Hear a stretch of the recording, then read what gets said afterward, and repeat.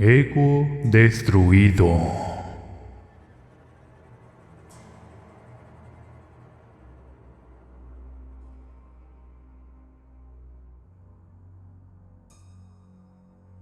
Narciso, siendo hijo de Eros y Afrodita, era considerado como el semidios más hermoso de toda la creación, al grado de enamorarse de su mismo reflejo, lo que ocasionó su perdición. Y es que quizás el atractivo masculino es más peligroso que el femenino. Eduardo era en pocas palabras la viva imagen de Narciso.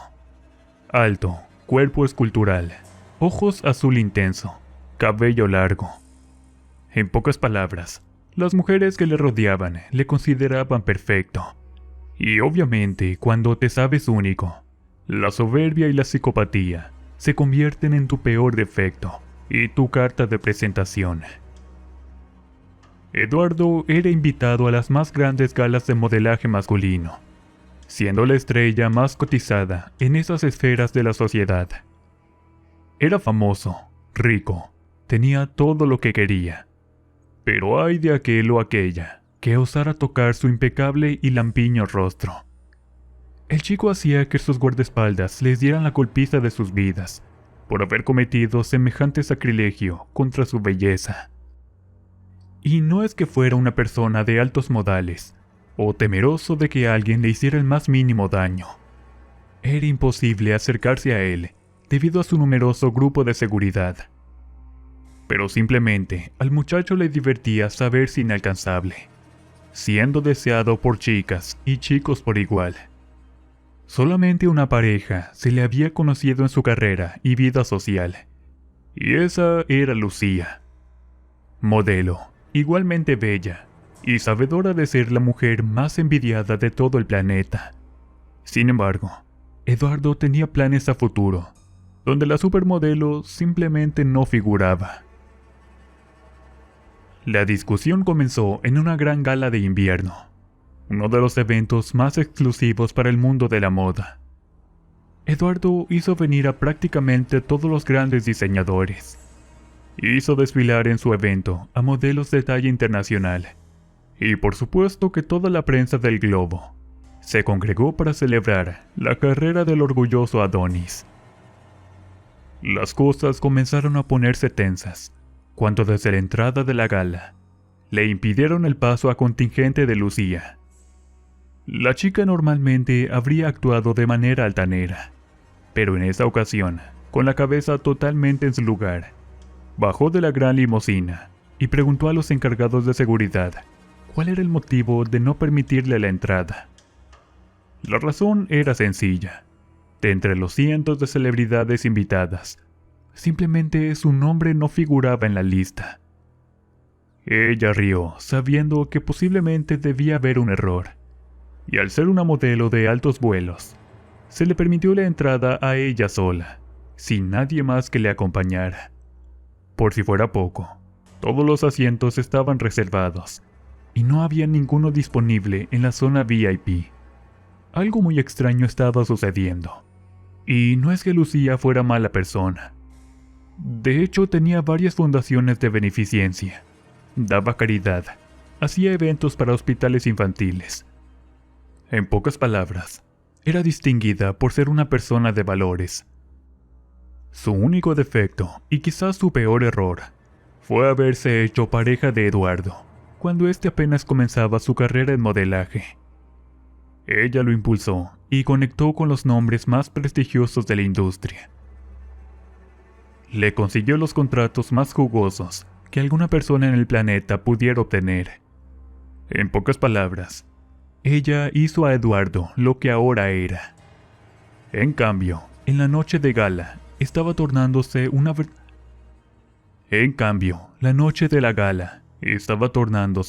verdadera pesadilla para la chica, quien tuvo que usar sus influencias para sentarse junto a la prensa, inventando el pretexto de querer ver la experiencia desde esa perspectiva. Los reporteros estaban simplemente encantados. Muy pocas veces tienen la oportunidad de estar cerca de una estrella de esa talla. El evento inició, y algo peor sucedió. La marca de Lucía era la que representaba a Eduardo.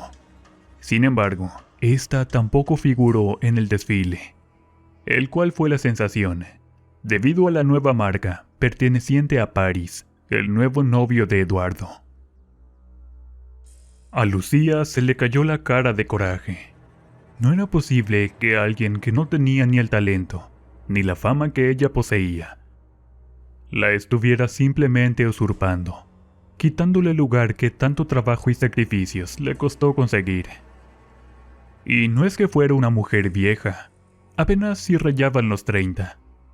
Una edad un tanto riesgosa si se es novato, pero su trayectoria y prestigio le salvaguardarían de ese riesgo. Pero esto no sucedió. Esperó pacientemente que todo el evento terminara. Quería aclarar las cosas con Eduardo, que ni una botella de agua se dignó a facilitarle a su todavía pareja. Lucía no hizo una escena. Fue él quien, al verla avanzar hacia él por el pasillo, ordenó que los reflectores la alumbraran un tiempo. Lo que, para quienes estén familiarizados con el mundo del espectáculo o de la moda, saben perfectamente que, aparte de ser una experiencia incómoda, a veces vergonzosa, afecta severamente los sentidos y arruina el maquillaje ligero. Y Lucía trastabilló, cayendo al piso ante las risas burlonas de Eduardo y su gente. Como reflejo natural, ella extendió su mano pidiendo ayuda para levantarse, pero nadie se la tomó, excepto por un reportero que amablemente le ayudó a incorporarse. Respetuosamente, los medios fueron discretos en cuanto a las fotografías. Lucía era una diva después de todo, y debía ser tratada como tal. El reportero era Luca Di Maggio, un célebre corresponsal de la prensa italoamericana que cubría esos eventos para la pequeña Italia en todo el mundo. Y comenzó a encarar a los acosos hacia la modelo, manifestando que a una dama no se le trataba de esa manera, por lo que ambos fueron llevados por el cuerpo de escoltas, tras bambalinas donde estuvieran alejados de los ojos curiosos. No sin antes Eduardo dar el anuncio que destruyó a Lucía por dentro, afirmando que estaba pasada de moda, vieja, fea, y que su utilidad había pasado, afirmando que debía retirarse con la poca dignidad que aún le quedaba, y dejar que los verdaderos dioses de la moda reinaran como siempre debió ser. La chica quedó en estado de shock al escuchar semejantes y despreciables palabras. Fue la peor humillación pública de la historia. Pero lo peor estaba por venir. Una vez que la prensa se retiró y los empleados terminaron de hacer lo que debían, Eduardo y sus hombres se quedaron solos con Lucía y con Luca. Eduardo continuaba insultando a Lucía, diciendo que era una vieja inútil y fea, que era verdad todo cuanto dijo a los medios. Él solamente la usó para escalar, y ahora que estaba en la cima, no la necesitaba más. Pero la ambición de Eduardo no terminaba allí. Bajo amenazas de muerte, obligó a Lucía a firmar los papeles de sus empresas, a nombre de él y de Paris.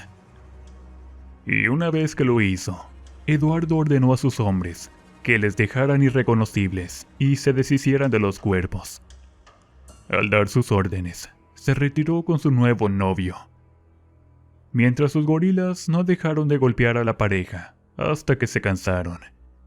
Sin embargo, Luca, en una última muestra de caballerosidad y galantería, se encimó en Lucía para recibir el mayor castigo. Mientras tanto, le recordaba lo hermosa que era. Hasta que ambas víctimas dejaron de moverse, no los dejaron en paz.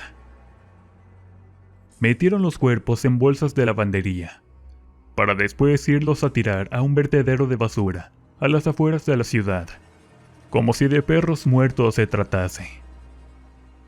A pesar de estar acostumbrados a ese tipo de trabajos sucios, encargados por los caprichos de Eduardo, incluso el jefe de escoltas preguntó si acaso no temía la curiosidad de la prensa. Después de todo, Ese era el último lugar donde se les vio con vida a la pareja. Y no eran cualesquiera personas, sino un reportero y la diva más famosa de la moda. A lo que Eduardo simplemente ignoró al jefe de seguridad y le pidió que cumpliera con su trabajo, que para eso le pagaba. Mientras él y Paris se regodeaban del fastuoso imperio de alta costura, maquillajes, perfumes, modelaje y otras tantas franquicias asociadas con los medios. Así el tiempo pasó, convirtiendo a la agencia de Eduardo en la más grande y famosa de todas. Pero había algo que aún después de su trágico final, seguía eclipsando la magnificencia de Eduardo. Y era que el mundo seguía recordando a Lucía como la diva más importante del modelaje de todos los tiempos, transmitiendo sus más grandes entrevistas, sus pasarelas, sus obras de caridad, y por supuesto haciendo incontables documentales y programas especiales, rindiendo homenaje a la memoria de la diva, a quien todos creían muerta, y todos lamentaban su repentina desaparición en la cúspide de su carrera.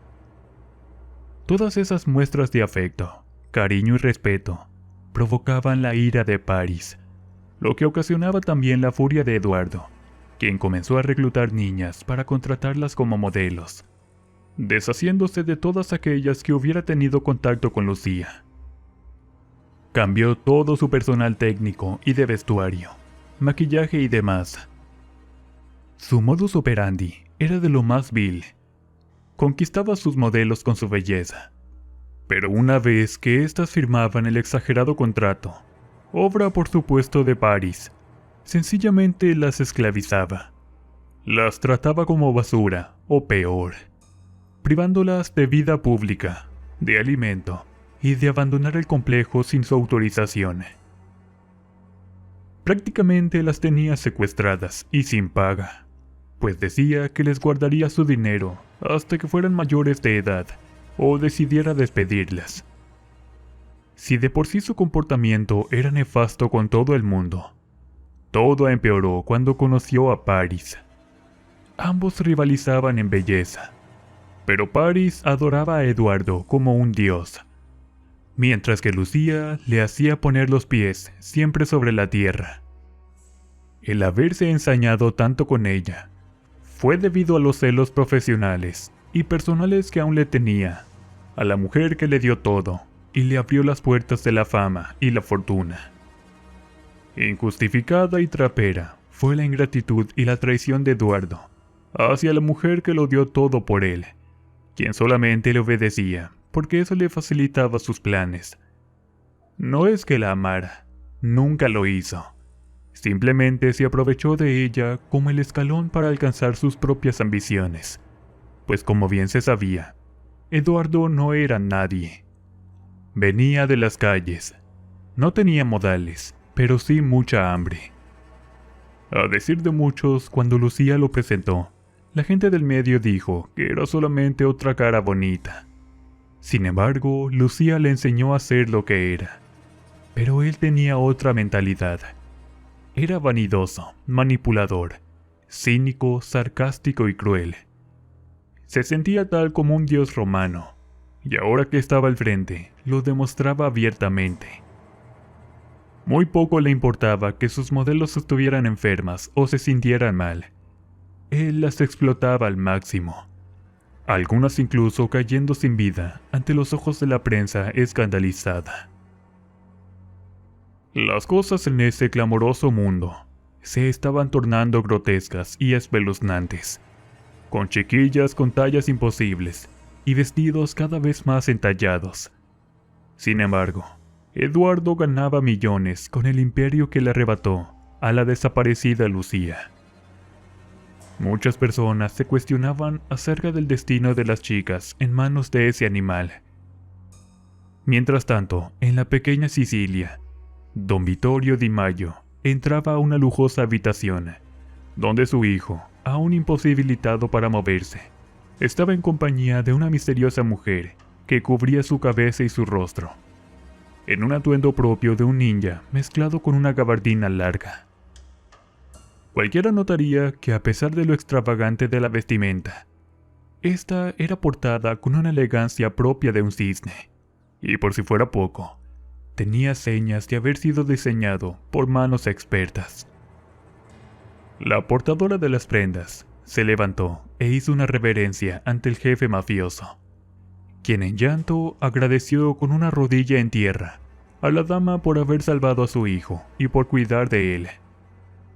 Ella le dijo a don Vittorio que era lo menos que podía hacer, pues él fue el único que no solo le tendió la mano, sino que puso su propio cuerpo para evitar que le matasen. La joven mujer, al llegar a la casa Di Maio, fue recibida hacía unos años como parte de la familia, debido a haber sido la responsable de rescatar al hijo del don con vida y llevarlo ella sola a rastras hasta ellos para recibir atención médica. Ella de igual forma había llegado en deplorables condiciones, pero en vez de comportarse como cualquier doncella en apuros, pidió a don Vittorio que le permitiera aprender de sus hombres todo cuanto le pudieran enseñar, convirtiéndose en el ojo sádico y la mano ejecutora del mafioso desde hacía casi 5 años. Mientras tanto, el hijo del mafioso se recuperaba lentamente debido a las severas lesiones en la columna. «Querida mía, ¿estás dispuesta a hacer el cometido que te encargué?», le dijo el patrón en italiano.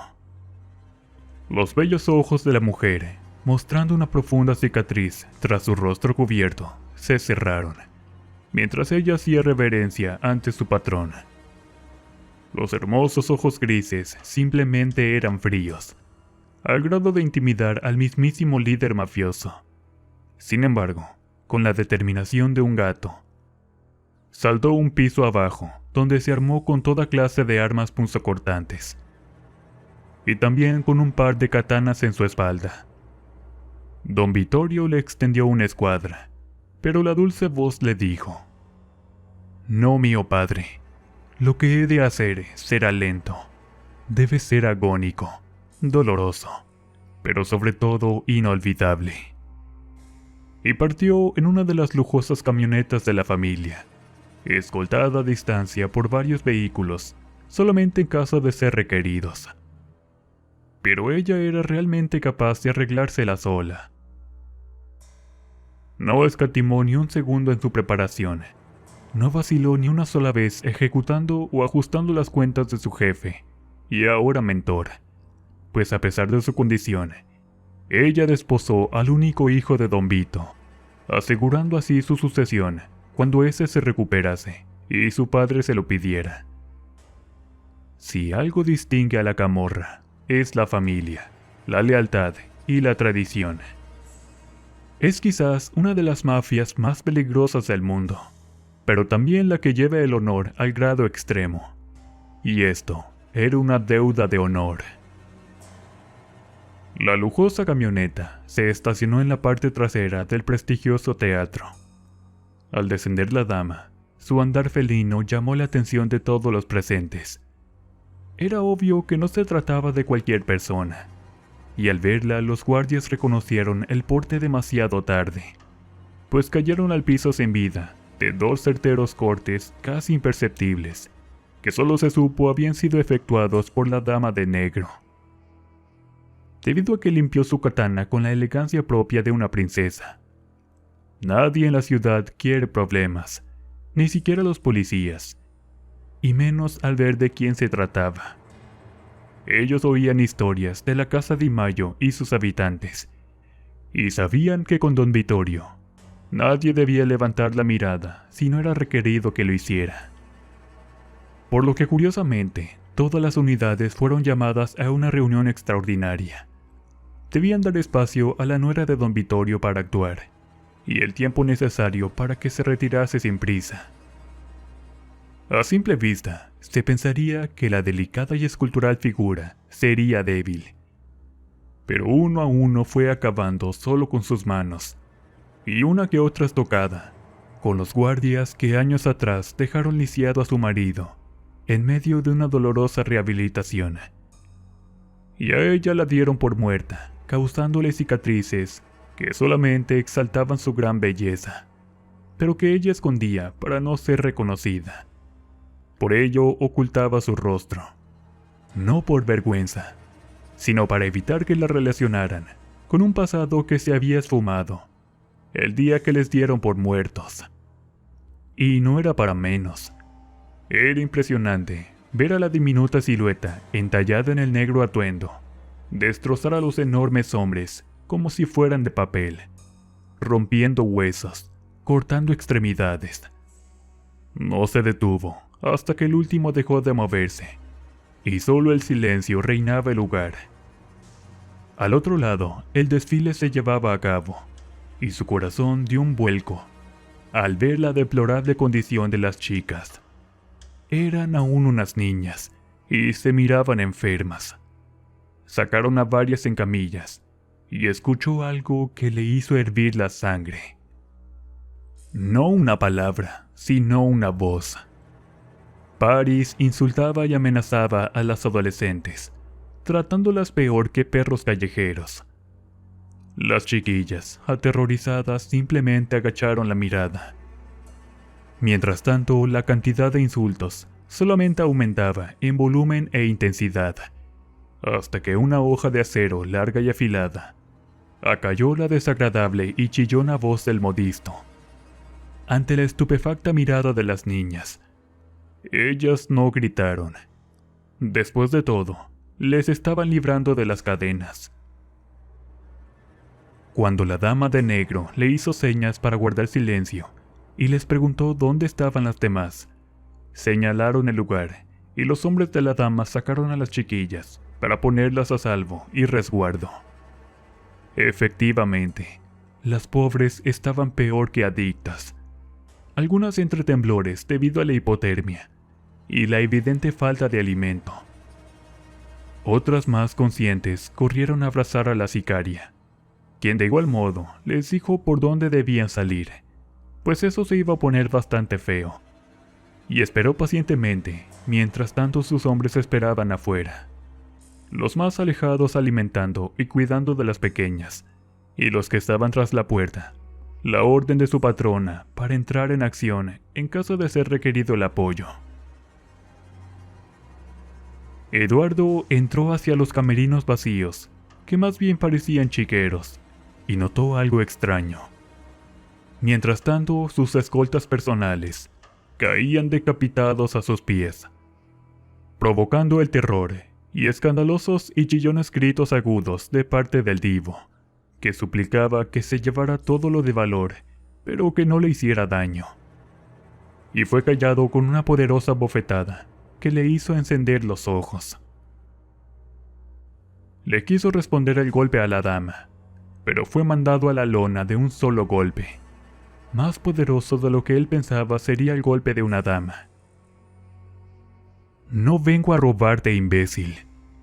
Vine a terminar con tu propio imperio de terror y a cobrarme una deuda pendiente.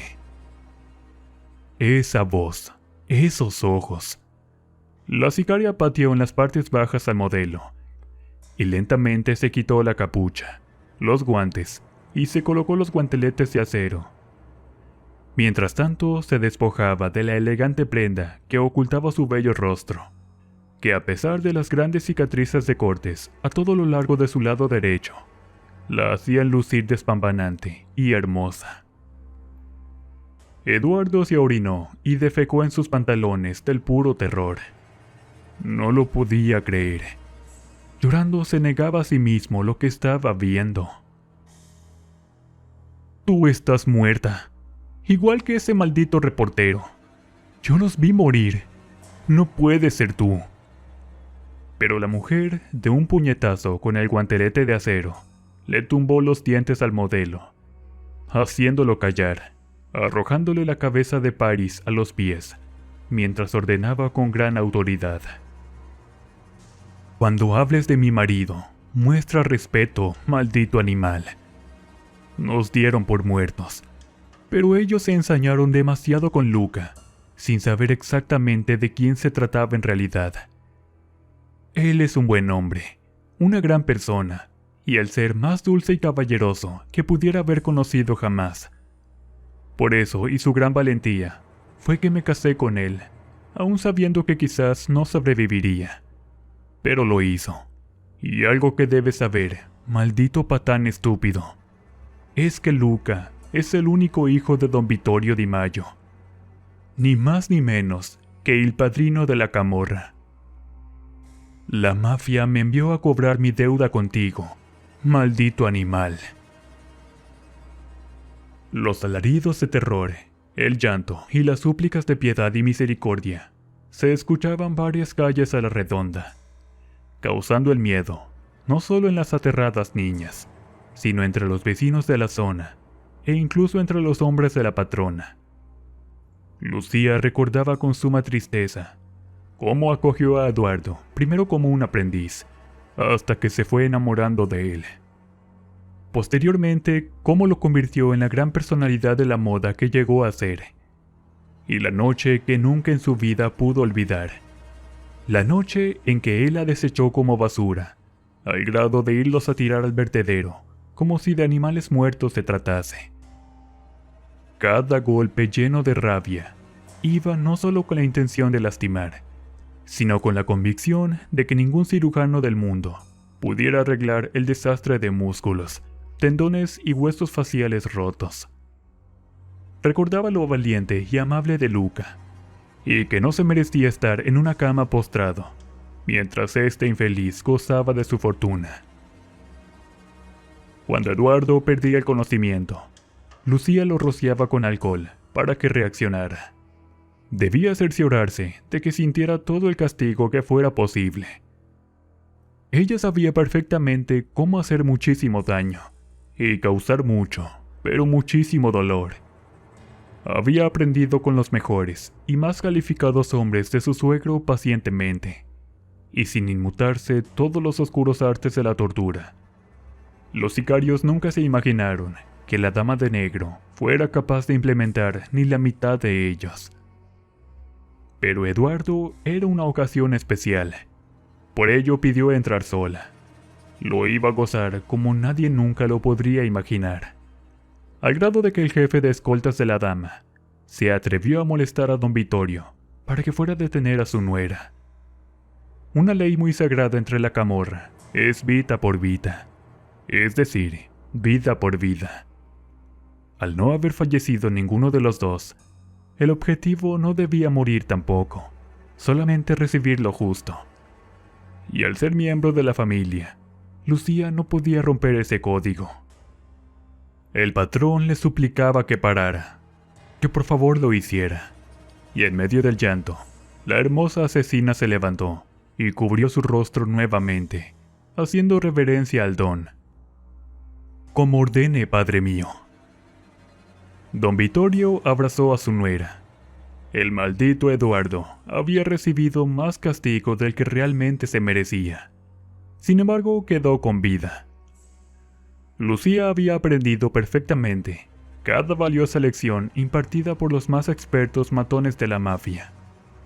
Eduardo quedó irreconocible, totalmente deformado, al grado que tenía que arrastrarse, y cuando pudo caminar, lo hacía de manera extraña y grotesca. Sus esfínteres eran incontrolables, y su rostro quedó tan deformado que el rechazo, el espanto y las burlas de la gente le obligaban a andar siempre cubierto. Lucía ocultaba su rostro, debido a que no quería ser reconocida hasta que fuera el momento. A dichos de la policía, descubrió su rostro, hermoso, a pesar de las cicatrices en rostro, brazos y piernas. Seguía siendo la diosa de la belleza, lo que no solo causó el respeto de los medios, sino de la familia, quien con reverencia se inclinaron al conocer finalmente el rostro de su patrona, la cual se había ganado todo su respeto. Por varios años, el desdichado Eduardo recorría las calles de la ciudad, causando más terror que compasión, debido a lo grotesco de su aspecto. Padeciendo el rechazo y el repudio, debido a su asqueroso talante. Parecía que estuviera enfermo de algo peligroso, por ello nadie se le acercaba. Eduardo moría de hambre en las calles, hasta que un caballero en silla de ruedas, pero mucho más repuesto, descendió de una lujosa camioneta negra, donde una dama con ojos de hielo escrutaba a su marido, al pendiente de que nada le sucediera. Mientras tanto, extendía un plato de comida al deformado y monstruoso indigente, quien al reconocer al buen samaritano, derramó gruesas lágrimas de arrepentimiento, reconociendo a Luca en ese piadoso acto. La familia se caracteriza, por entre todas las mafias, por sus raíces católicas. Conocen las obras de caridad a la perfección, como dar asilo al viajero, dar de beber al sediento, dar de comer al hambriento, pero sobre todo, dar descanso al que agoniza. Luca cumplió dos de esas cosas, al dar el fastuoso plato de comida, y su bebida era un té de azaleas, el cual era una infusión tranquilizante para aliviar ciertos dolores, pero que en gran cantidad es letal, como el más potente veneno. Eduardo finalmente encontró el descanso, y recibió la despedida de este mundo, de quien menos esperó. Lucía bajó del auto para hacer subir a su esposo. Mientras tanto, el indigente se quedaba dormido, para nunca jamás despertar, mientras las palabras de Lucía le daban la despedida de este mundo. Posteriormente pidió a su chofer que lo sacaran de ese lugar.